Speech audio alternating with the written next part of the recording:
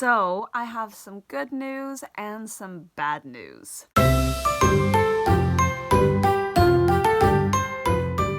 I just finished class right now, and I'm on my way to pick up my husband at home, and then we are going to drive to my ultrasound.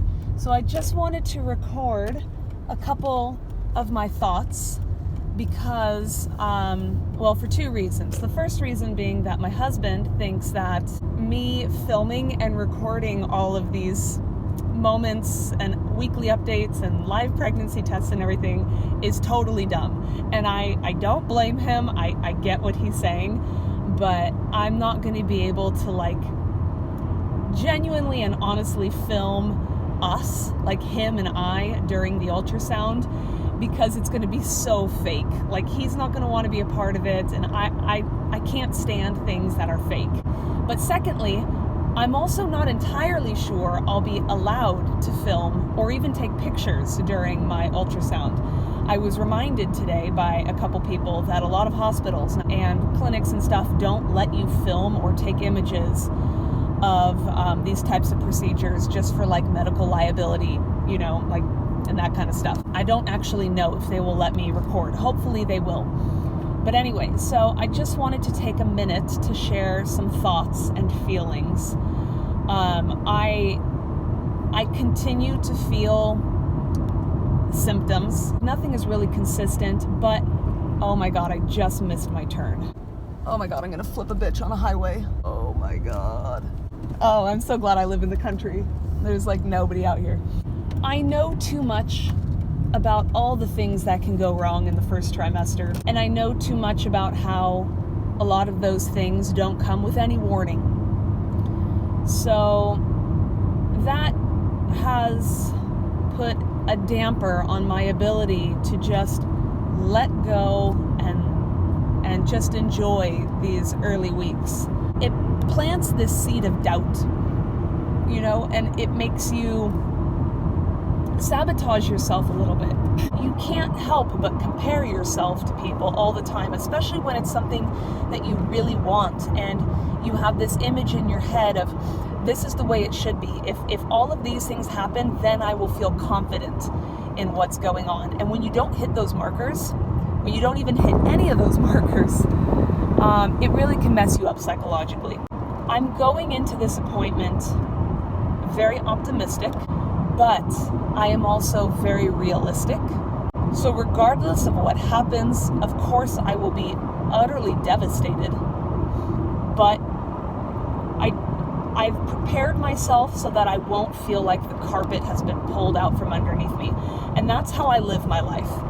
And it drives my husband insane because he feels like, and in 99% of the cases it's true, he feels like I am constantly worrying over things I don't need to worry about.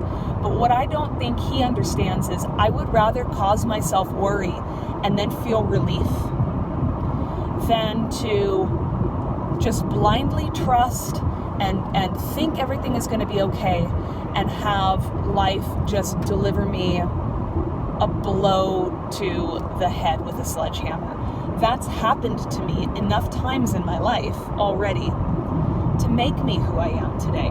I know none of these things are in my control, but I can control my reaction, and I can do that by preparing myself.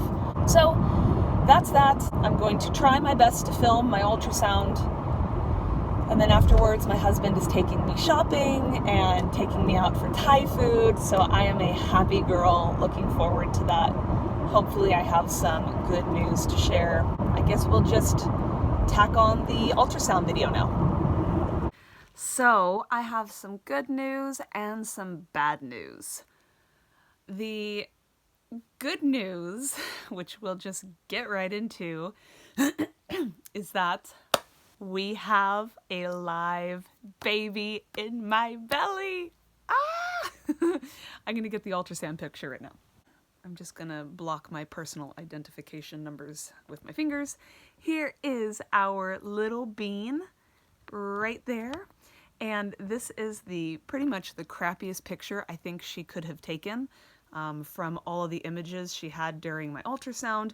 You literally can't see anything, but During the ultrasound, we saw both arms, both legs, and a beating heart, and the heartbeat was super fast and super strong. She didn't actually measure it. You know, I guess that's socialist healthcare for you. I wasn't paying for this ultrasound. She just went in, she did an abdominal ultrasound. We confirmed there was a heartbeat and everything looked good. She measured it, and baby is measuring 7 weeks and 2 days, which is exactly what I am today. And that was the end of the ultrasound. The bad news is I was not allowed to film or take any pictures whatsoever during the process, which also unfortunately means, because she told me it was a hospital policy, that we're not going to be able to film my labor and delivery. So that is extremely disappointing. But knowing what I know now about their hospital policy, I think I'm going to do my anatomy scan at like 18, 19 weeks at a different hospital. And hopefully they have a more lenient policy because they're smaller. And my 12-week nuchal translucency scan, which I'm going to have in about 4.5 weeks, I'm paying and going to a private location. So I'm pretty sure that they'll let me film that scan. So at least I'll be able to come away with some mementos, hopefully, of my pregnancy. So bad news is I have absolutely no footage to share, but the scan literally lasted 5 to 8 minutes. I cried through the entire thing.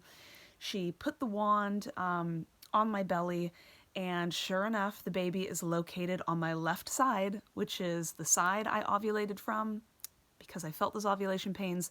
And it was the side I felt the implantation cramping with, and also the side that I felt sort of some residual cramping with later on as I got closer to my missed period. So all of those biophysical signs that I experienced during my 2-week wait turned out to actually be what they were, which I thought was really cool from like a nerdy science perspective. And anyway, she put the wand on. I saw the sac, and I saw something in the sac, but it looked small in the beginning, and so I looked away. I couldn't look. I was freaking out. And then she pressed a little harder, and I saw the whole fetus, and it was actually much bigger than I thought it would be on screen. I don't know if it was just the equipment they were using. But we saw both legs, both arms, the little head, and a very beautiful, like, ba-bump, ba-bump, ba-bump, ba-bump, ba-bump, flickering heart. And the second I saw that, I just burst into tears. The poor ultrasound tech lost all imaging, like she was trying to do some measurements, and, you know, I just started crying, sobbing, and messed up her job. But yeah, I just remember my husband he kept telling me, look, you've got to look, because I was covering my face from ugly crying. I just didn't want anyone to see my ugly crying.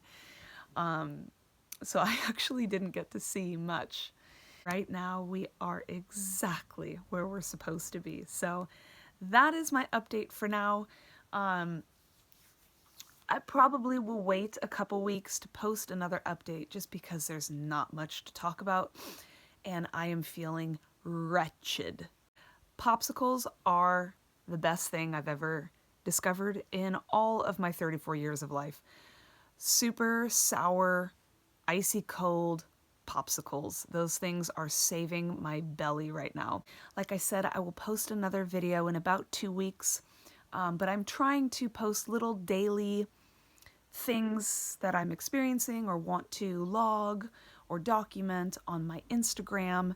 My Instagram name is at an expat mommy in Sweden. I'll put the link below if you're into that kind of thing. I'm always looking for mommies to follow because I like watching their journeys too. And that's it. So I'll be back in a few weeks. Hopefully everything continues going as well as it is. And hopefully I don't feel any more sick than I already do. So until then, bye everybody.